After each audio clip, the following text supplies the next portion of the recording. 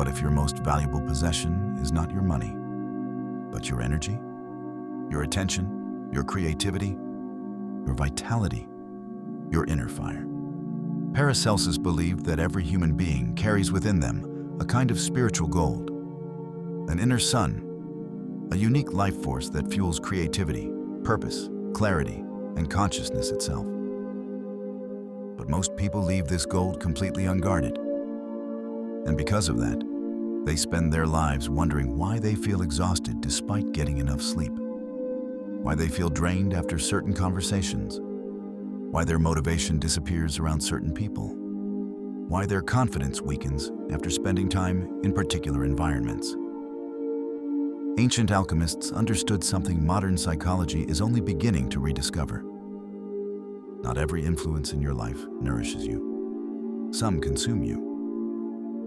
Today, we are exploring Paracelsus's hidden philosophy of spiritual protection, the alchemy of boundaries, and how to safeguard your inner gold from energy vampires who unconsciously or deliberately drain it away. Because before you can strengthen your spirit, you first need to understand what is stealing it. The first step is defining what spiritual gold actually is. Most people hear the word alchemy and immediately think of turning lead into physical gold. But for many alchemists, physical gold was symbolic. The true gold represented refinement, consciousness, wisdom, vitality, the purified essence of the self. Paracelsus often described an inner solar principle operating within human beings, a source of life, intelligence, imagination, and creative force. In modern language, we might describe this as psychological vitality, the energy that allows you to think clearly, create, focus, love, build, learn, and move through life with purpose. The problem is that modern society has turned this vitality into a commodity. In the attention economy, your focused awareness has become one of the most valuable resources on Earth. Every platform wants it. Every notification competes for it. Every advertisement seeks to capture it. Every algorithm is designed to harvest it. And yet most people spend almost no time protecting it. Instead, they protect money, possessions, reputation, while allowing their attention and life force to leak constantly. This is why one of the simplest exercises is asking yourself, what consistently leaves me feeling depleted? Not physically, energetically, emotionally, mentally, spiritually. Which conversations leave you inspired and which leave you exhausted? Which relationships strengthen your clarity and which create confusion? Which environments generate creativity and which scatter your attention? Because your spiritual gold often reveals itself by noticing where it is being lost. This leads us to energy vampires. Now, it is important to approach this carefully. Ancient alchemists were not necessarily describing literal supernatural beings feeding on human energy. More often, they were describing psychological patterns, human archetypes, energetic dynamics, people who unconsciously consume more than they contribute. People who feed on attention, validation, drama, emotional labor, or constant access to your energy. These are what modern spiritual communities often call energy vampires. They may not realize they are doing it, but the effect remains the same. They leave others depleted. These individuals often appear charismatic at first. They may seem fascinating, magnetic, entertaining, compelling.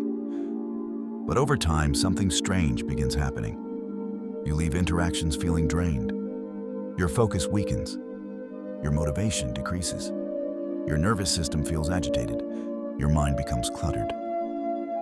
The ancient alchemists recognized these patterns because they understood a simple principle. Energy flows where attention goes. And some people learn to monopolize attention without ever reciprocating value. One of the most important signs that your boundaries have been breached is chronic exhaustion after repeated interaction. Not ordinary tiredness, but a lingering depletion, a feeling that something valuable has been extracted. Modern psychology might explain this through emotional labor, manipulation, narcissistic dynamics, codependency, or chronic stress. The alchemists described it differently, but they were often observing the same phenomenon. Which brings us to one of the most important stages of alchemy: calcination, the burning away of illusion, the destruction of false structures. And perhaps nowhere is this more necessary than in people-pleasing. Many people leak enormous amounts of energy because they are addicted to external validation. They need everyone to approve of them, agree with them, like them, accept them. This creates vulnerability, because the person who depends upon external approval becomes easily controlled by those who provide it, including energy vampires. Paracelsian alchemy teaches that before you can protect your gold, you must first burn away the parts of yourself that continually hand it away. The need to impress, the need to explain yourself constantly, the need to be understood by everyone, the need to rescue people who refuse to help themselves, the need to sacrifice your peace for social acceptance. Calcination is uncomfortable because it requires confronting these habits honestly. But without this fire, true sovereignty never develops. Another powerful form of protection is silence. Ancient mystery traditions repeatedly emphasize the value of secrecy, not because knowledge should never be shared, but because undeveloped ideas are fragile. Many people leak energy by announcing their goals before they have built momentum. They seek validation instead of completion, and in doing so, the energy dissipates. Paracelsian wisdom suggests protecting what is still growing, allowing your plans to mature privately before exposing them to outside influence. Not everything requires an audience. Not every dream requires immediate disclosure. Silence becomes a vessel that contains power. From here, we begin forging alchemical armor. Modern culture often interprets boundaries as rejection. But boundaries are not walls. They are filters. They determine what enters your inner world. A healthy boundary asks, does this person strengthen my clarity or weaken it? Do they contribute value or consume it endlessly? Do they respect my time, my energy, my attention, my peace? One practical exercise is creating energetic non-negotiables, rules that protect your inner environment. Perhaps you no longer answer messages immediately. Perhaps you reduce exposure to chronic negativity. Perhaps you stop participating in gossip. Perhaps you limit interactions that consistently drain you. These decisions may appear small, but collectively, they transform your life. Because boundaries preserve energy, and preserved energy becomes creative force. Another important alchemical principle involves objective observation. Energy vampires often rely on emotional reactivity. They want immediate responses, immediate engagement, immediate emotional investment. But objective observation creates distance. Instead of reacting immediately, you observe. You notice patterns. You examine behavior.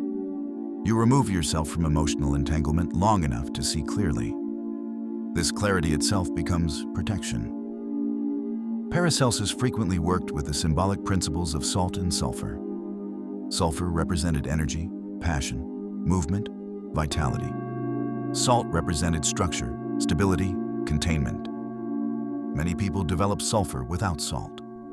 Passion without boundaries, generosity without limits, empathy without discernment. The result is burnout. Spiritual armor emerges when vitality becomes stabilized by structure, when openness becomes balanced by discernment, when compassion becomes balanced by wisdom. And finally, we arrive at sustaining the sovereign light. Protection is not a one-time achievement. It is an ongoing practice. Every day we absorb impressions, stress, conflict, negativity, emotional residue. This is why spiritual distillation matters. Journaling, meditation, prayer, nature, solitude or reflection, exercise, creative work, silence. These practices remove accumulated debris from the psyche. They refine experience into wisdom rather than resentment. And perhaps that is the deepest lesson Paracelsus offers. The goal is not becoming closed off from the world. The goal is becoming strong enough to engage with the world without losing yourself within it. Because true spiritual gold is not merely energy, it is sovereignty. The ability to remain connected to your inner light regardless of external influence. The ability to remain centered in chaos, clear in confusion, grounded in uncertainty, and radiant without becoming depleted. The alchemist does not hide their gold from the world. They simply learn how to protect it. If you enjoyed the video, please like, subscribe, and have a wonderful day.